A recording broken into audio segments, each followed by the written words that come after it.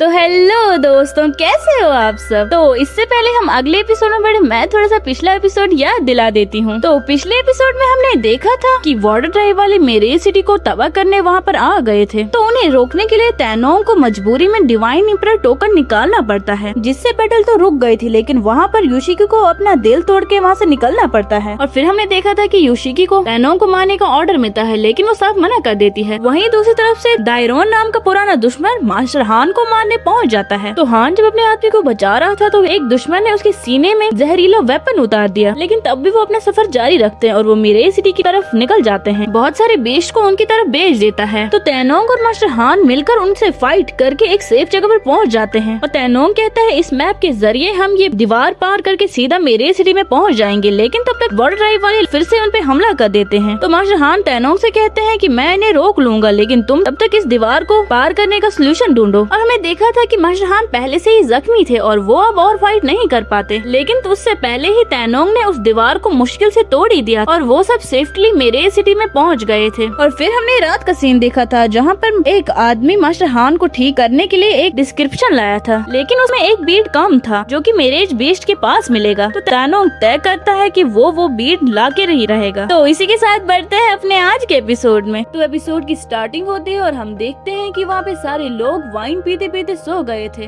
तैनोंग को वहाँ बांसुरी की आवाज सुनाई देती है और तैनोंग नींद से उठ जाता है और वो देखता है कि मास्टर हान बांसुरी बजा रहे हैं और मास्टर हान को महसूस होता है कि कोई उसके पीछे है और वो वहाँ तैनोंग को देखते हैं। तैनोंग उनसे कहता है माफ कीजिए, मैंने आपको डिस्टर्ब किया। पर मास्टर हान कहता है कोई बात नहीं, और वो तैनोंग से कहता है अगर तुम्हें ठीक लगे तो हम थोड़ी देर बैठकर बात करते हैं। तैनोंग भी कहता है जी हाँ जरूर। और तैनोंग उसी साथ बैठते हुए कहता है मास्टर हान आप यहाँ लहरों में क्या देख रहे थे। तो उस पर मास्टर हान कहते हैं मैं जो मॉडल आर्ट की प्रैक्टिस करता हूँ उसे टाइड आर्ट यानी लहरों वाली टेक्निक कहते हैं। मुझे हर वक्त लहरों की पावर को महसूस करना पड़ता है और अपनी कल्टीवेशन में आगे बढ़ने के लिए ये जरूरी है। और मास्टर बताता है किस्मत से तुम यहाँ मेरी प्रैक्टिस के बीच में आ गए। जिस पर तैनोंग को लगता है कि उससे गलती हो गई है और अपना सर खुजाने लगता है, जिसे देखकर मास्टर हान कहता है अरे कोई बात नहीं, मैं वैसे भी तुम्हारे साथ कुछ बातें करना चाहता था। पिछले कुछ दिनों से मैंने देखा है कि तुम्हारी इंटरनल एनर्जी बहुत तेजी से बढ़ती जा रही है, फिर भी तुम्हें अपनी की एनर्जी को कंट्रोल करने नहीं आ रही। तो इस पर तैनोंग हकलाते हुए कहता है सच कहूँ तो मैंने कभी कोई मोटल आर्ट नहीं सीखा है और मेरी ये इंटरनल एनर्जी सिर्फ शेनोंग पील खाने से आई है। ये सुनकर मास्टर हान कहता है मेरी टाइड आर्ट तुम्हारी अभी की हालत के लिए बिल्कुल सही है, कैसा रहेगा अगर मैं तुम्हें ये अभी सिखा दूं। ये सुनकर तैनोंग हैरान रह जाता है और मास्टर हान आगे बोलते हैं इस पे तुम्हारा क्या ख्याल है। तैनोंग खड़े होकर कहते हैं तो ये तो बहुत बढ़िया रहेगा, मैं आपका बहुत शुक्रगुजार हूँ। और वो उसे ग्रेड करता है। ये देखकर मास्टर हान कहता है तैनोंग हमारा रिश्ता बहुत गहरा है, मास्टर डिसिप्लिन वाली फॉर्मेलिटीज की जरूरत नहीं है, चलो अपनी ट्रेनिंग शुरू करो अब। मास्टर हान अपनी जगह से उठता है और तैनोंग से कहता है कि आंखें बंद करो, अपनी सांसों को समंदर के लहरों की उतार चढ़ाव के साथ मिलाओ। तैनोंग भी ऐसा ही करता है, जिसमें तैनोंग उन लहरों को महसूस करता है। और मास्टर हान तैनोंग की बैग पर अपनी एनर्जी को पास करता है और तैनोंग से कहता है एनर्जी एक बहुत तेज बाढ़ की तरह है। और वो तैनोंग से कहता है अगर मेरिडियंस ब्लॉक हुए तो सीधा फट जाएंगे। तो ये सुनकर तैनोंग डर जाता है और पूरा फोकस करने लगता है उसकी एनर्जी को बैलेंस करने में। हम देखते हैं कि मास्टर हान के मुंह से ब्लड आता है। ये देखकर तैनोंग कहता है मास्टर हान आप ठीक तो हैं। मास्टर हान कहता है मैं ठीक हूँ, तुम अपनी कल्टीवेशन पर ध्यान दो। तो ये सुनकर तैनोंग अब लहरों के बीच में चले जाता है और वहाँ पूरी तरह से ध्यान लगाता है और तैनोंग अब सीरियस होकर उस टेक्निक को सीखने लगता है। और फाइनली तैनोंग टाइडल आर्ट को सीख ही लेता है और वो मास्टर हान के पास जाता है। मास्टर हान तैनोंग को शाबाशी देता है। ये सुनकर तैनोंग मास्टर हान को ग्रेट करते हुए शुक्रिया कहता है और तैनोंग कहता है अब रेड स्टोन आइलैंड से मिरेज पीर लाना बहुत आसान होगा क्योंकि मैंने ये टाइडल आर्ट सीख लिया है। और ये सीन यहीं पे कट होता है और फिर हमें रेड स्टोन लैंड का सीन दिखाया जाता है जहाँ पर किश्तियाँ चल रही थी और उन किश्तियों में तैनोंग भी था। और तैनोंग कहता है हम रेड स्टोन आइलैंड पहुँच गए और तभी वहाँ उन तीनों की बोट अलग हो जाती है। और तैनोंग कहते हैं मास्टर डाओ कहाँ गए। और मास्टर डाओ भी हैरान था और वो तैनोंग को आवाज लगाते हैं, लेकिन उनकी आवाज तैनोंग तक नहीं पहुंच रही थी क्योंकि वो बहुत दूर हो गए हैं। और फिर हमें तीसरी बोट दिखाई जाती है जिसको मास्टर चला रहे थे और वो कैरेज के नीचे एक बड़े से ड्रैगन को देखते हैं जो अचानक मास्टर हान के सामने एक बंदे को पानी में ले जाता है। और सीन यहीं पर काट होकर तैनोंग पर आता है।